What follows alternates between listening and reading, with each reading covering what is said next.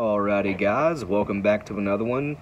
In today's breakdown video, we're doing a breakdown on Lightfield mid-range rubber slug. And these are marketed as a wildlife control option. Now, you could also use these as a less lethal, non-lethal. Well, maybe not non-lethal. Less lethal and non-lethal is two different things, but still. If you guys don't know, Lightfield used to make some of the best shotgun slugs on the market. They have the claim of having the most powerful shotgun slug ever, I believe. It is the 3.5-inch Commander IDS 12 gauge. 1 3/8 ounce slug moving 1890 FPS. I have a breakdown video on those if you guys want to check that out. If I sound different in today's video, it's because something is different. I think I had pneumonia, to be honest. I'm not really sure, but I've had pneumonia before and it feels like pneumonia. Anyway, these are 12 gauge, 2 3/4 inch, and the slug itself is moving 500 feet per second. It doesn't say anywhere on the box what this slug actually weighs, but here's the top of it. You can see the hull itself on the box says less lethal mid-range. Another picture of the rubber slug. Once again, 2 3/4 inch. And the side of it, I believe, is the same as the top. Yep, sure is. The bottom of it. The leader in less lethal munitions for wildlife control. Our wildlife control shells are the most intelligent way to control and subdue dangerous wildlife. Warning, keep out of reach of children. Handle with caution. The other side of the box is the same as the top and this side. Excuse me. It's kind of hard to speak right now. But anyway, the wildlife control rubber slug is a high-velocity, low-recoil load intended for close-range use. The rubber projectile can cause serious injury or death, but greatly reduce the potential to overpenetrate or injure others in the home. Used only in firearms chambered for this gauge caliber and that are in good working condition. Intended for use by persons trained in the safe use of firearms. I feel like all ammunition should fall under that category. Handle with caution. Use eye and ear protection. Check barrel for obstructions. Fairly typical firearm safety warnings there. You can check them out on Facebook and YouTube if you want to. Lightfield does make some pretty good less or non-lethal options. I'm sure you guys have seen them featured on channels like Kentucky Ballistics and other places. They do make some pretty interesting stuff. But, yeah, this is our first time ever messing with rubber slugs or any sort of less/non-lethal options. I don't know what to do with these. Now, these were sent to us by the same anonymous donor to the channel who has sent us all kinds of other shells. If you hear that, that is a cat scratching on the glass window beside me. But this being a clear hull with very, very low brass, we can see everything in it. Looks like it has a very small powder charge, an X12X gas seal, a 3mm nitro card, and then the rubber slug. I don't know if these are hollow or if they are one solid piece of rubber. I have no idea how much they weigh, so that's really what we're going to find out here. And they do have a very nice roll crimp on them, and the tip of it looks like, well, you can imagine. Anyway, this is a Shadot hull with a Shadot primer.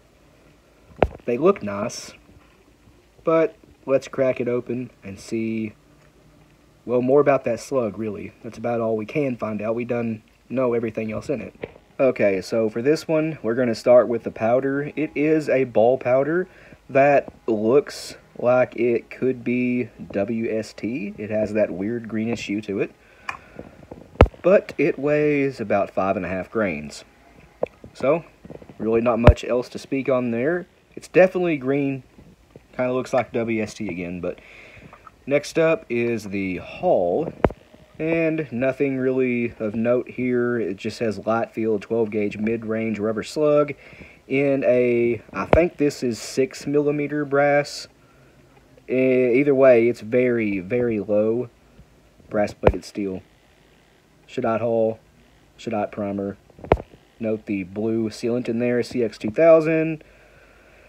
Yep, nothing else here to note. Very low base wad, straight wall haul, all that good stuff. But that's the haul. And above the powder is, of course, an X12X gas seal. Love these things. They are 1/4 inch if it matters to any of you guys. And they are symmetrical. There is no true top. There is no bottom. Above that is a 3mm nitro card. And yes, I used a screw to pull that out. No, it does not hurt anything. But that is just a 3mm nitro card. And the meat and potatoes of this video, above the nitro card, is the rubber slug. I have not looked at it yet, other than the side and top. Is it hollow, or is it solid? Oh, it's hollow. Didn't expect that. I thought these were going to be solid. I was always curious how these flew even remotely straight, and I guess that's your answer right there. They are similar to a Foster slug. Focus, get in there. I want to see the... I don't know if it's going to focus on it for you guys, but there's a little hole inside the big cavity you see there. Looks like these work similar to a Foster slug. They're nose heavy, which keeps them stable and flat. And they have holes on it similar to a golf ball for less, drag through the air. I don't know. This is a pretty cool slug here. I guess it is a slug. It's just not made of lead. But yeah, that is honestly really cool to see. I've never handled one of these in person. I've always been curious about them. Not curious enough to actually buy a box of shells though. I don't know what we can do with these. If you guys have any ideas, let us know. Obviously, we're not going to test them out on each other. We are not Houston Jones.